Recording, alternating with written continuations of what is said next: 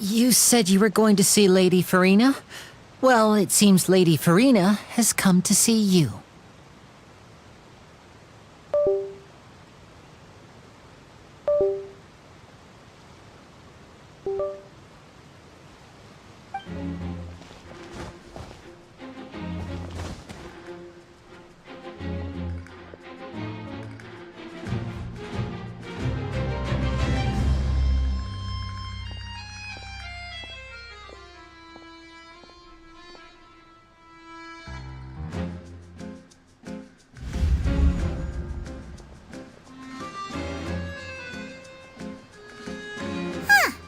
So, she's the Hydro Archon? But how did she know we were looking for her? My dear people, rich and poor, those with cup in hand and those with nothing at all, raise your glasses in celebration! If you don't have one, then just raise your hand in lieu.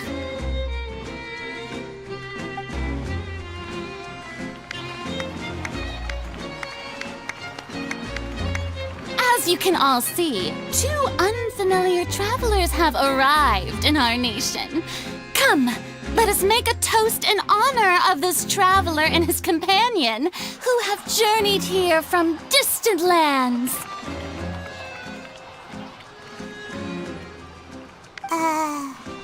Is she talking about us? I've long heard of the turmoil and chaos you left in your wake as you visited other nations, but I welcome you nevertheless. No, I have come to receive you personally.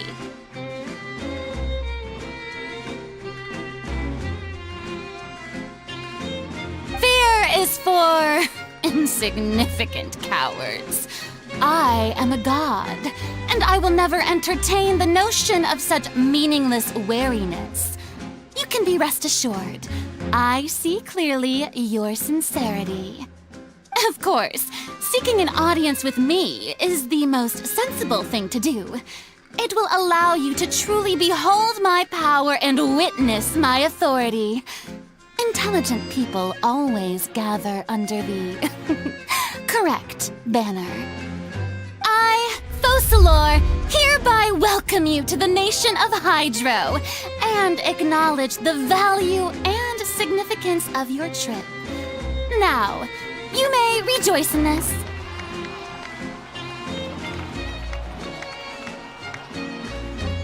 Yeah, Paimon still can't believe it. Feels like we've only been here for a few minutes. But the Hydro Archon's entrance was, how should Paimon describe it? A little over the top? Miss Hydro Archon? How did you know we were coming? I see. As Outlanders, you inevitably lack even some of the most basic understanding. Don't forget that even the gods can be divided into the mediocre and the excellent. I suppose it's only natural for you to be awestruck by my abilities. You had best stop and consider. Do you really have the noble qualities and etiquette necessary to communicate with a god? All it takes is a flick of my finger for me to know everything about you.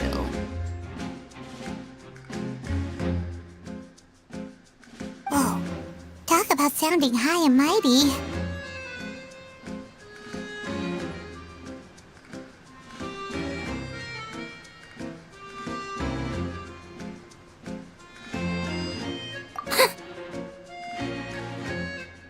Oh?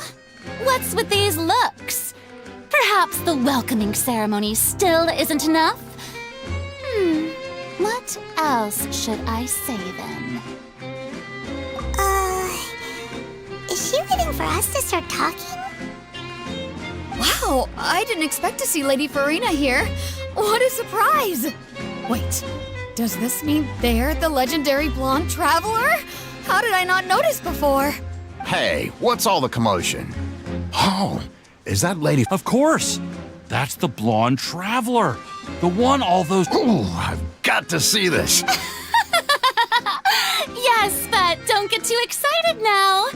My dear believers and spectators alike tend to get quite rowdy, and despite the noise, I've come to tolerate all their ruckus. You may consider this my reward to all of you. I have determined that there will be an epic duel between myself and this traveler from another land, just as you were hoping to see. Now she wants to fight? Aren't we getting a little ahead of ourselves?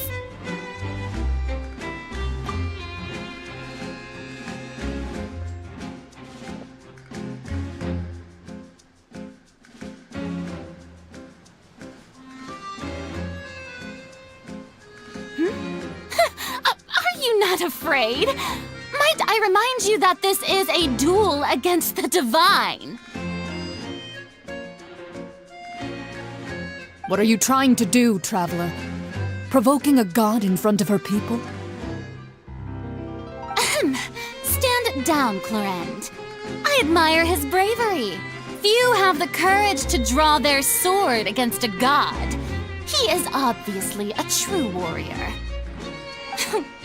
Unfortunately, people nowadays only crave to be thrilled, and a mere duel will not slake their thirst for excitement.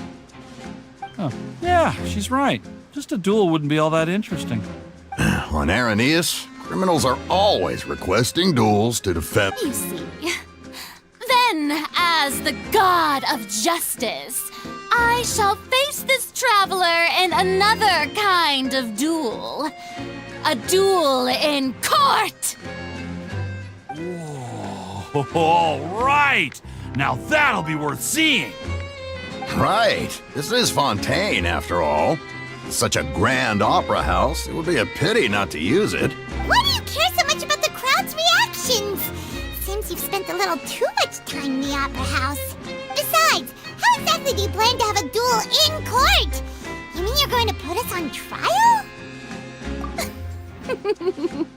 Oh, we have reason to put you on trial. It's obvious, isn't it? According to FOntaine law, no one is permitted to release any flying objects within FOntaine city limits during the first 3 days of each month. You are clearly guilty of violating this law, no? Oh, so that's what they've done wrong. That's our Lady Farina. No one knows the laws of FOntaine like she does. You call that obvious? What kind of law is that? Wait, flying object? You mean Paimon? Precisely! Now, if you two have no objections, then in the name of the Hydro Archon, I order your arrest. My apologies, Lady Farina. I don't mean to spoil the fun, but if you would allow me to interject, I don't think that Paimon here meets the definition of a flying object. You tell her, Linny! Finally someone who's not crazy. How could anyone call Paimon a flying object? Ah, great magician Linny, my beloved citizen. I'll permit you to object, but how exactly do you plan to prove your claim? As a magician who just rained on your parade, I naturally should shoulder the responsibility of saving the show. So, with such an audience gathered here, allow me to perform a trick for everyone.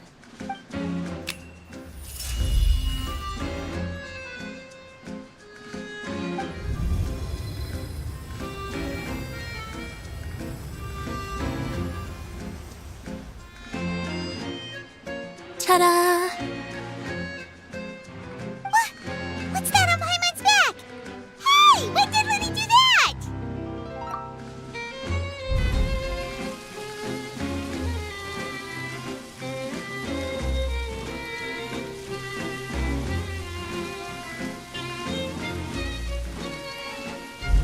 There. As you can all clearly see, Paimon should be classified as, well, something like a balloon. This rope has been in the traveler's hand all along. It was just that no one could see it before.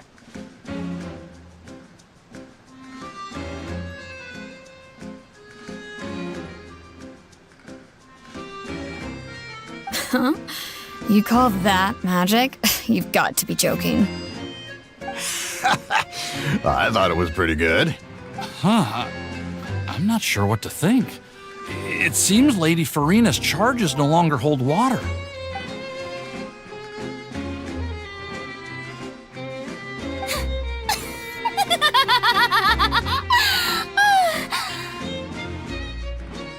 Amusing. Very amusing, Linny. Just the sort of unexpected twist that I enjoy. With you here, today's performance can finally be called complete. Performance? You see all this as a performance? In which case, consider the matter of your trial resolved. The god of justice will not bring charges against an innocent person. But when there are valid grounds, I will not only judge travelers from abroad, but even the gods of other lands.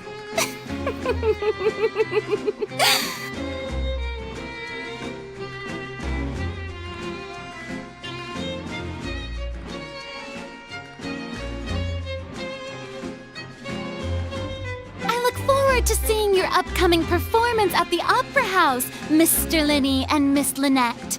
That's enough for now. Toodaloo!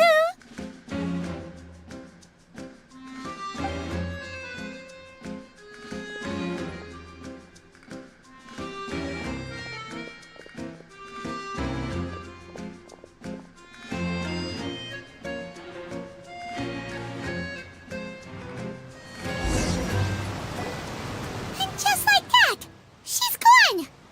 Well, that's the most unpredictable Archon Paimon's ever seen. We never even had a chance to ask her anything. But that's a problem for future Paimon. That whole scene just now was really... Don't mention it. I just happened to remember that there was such a law, so I did a little preparation, just in case. I didn't think it would actually come in handy. So, now do you see what kind of god Lady Farina is?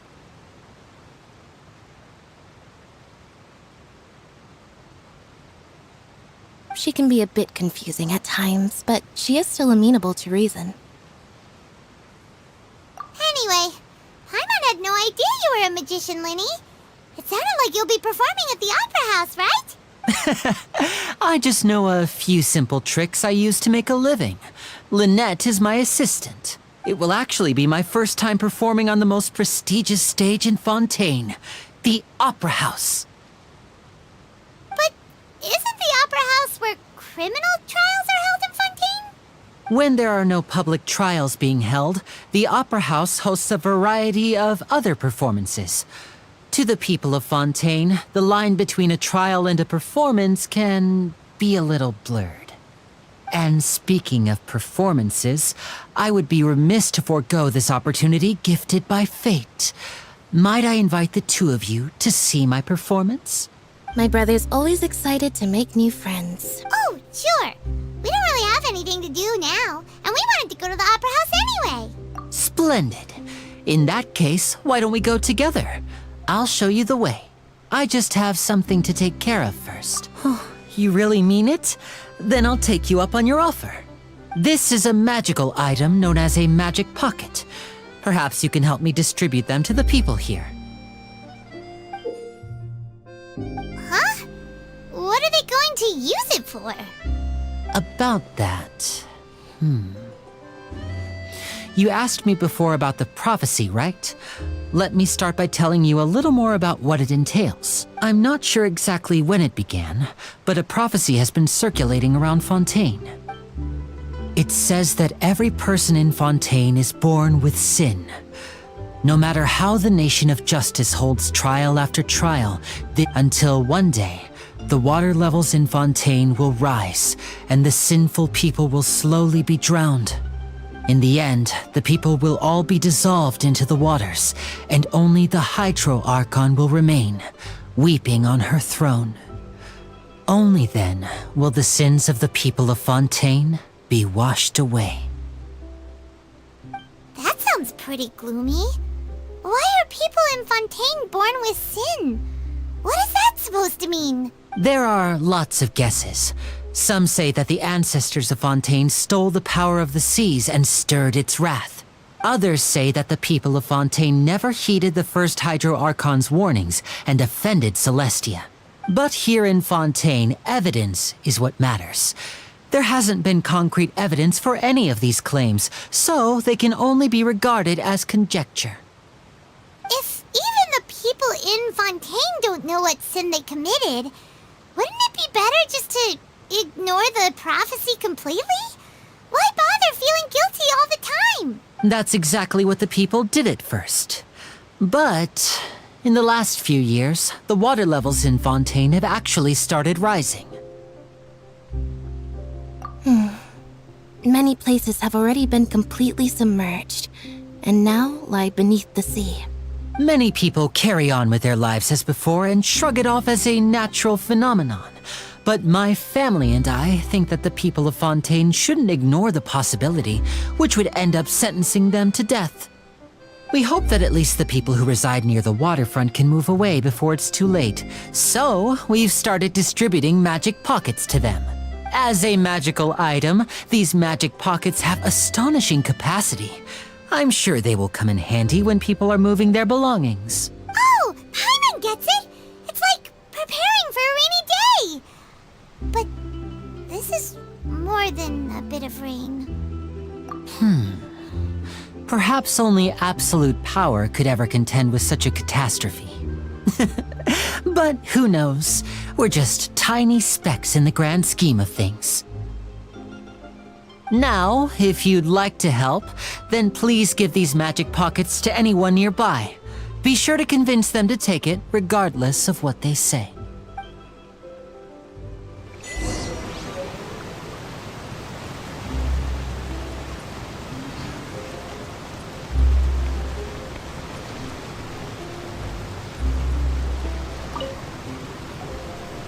So you're the blonde... Oh, a magic pocket? Thanks.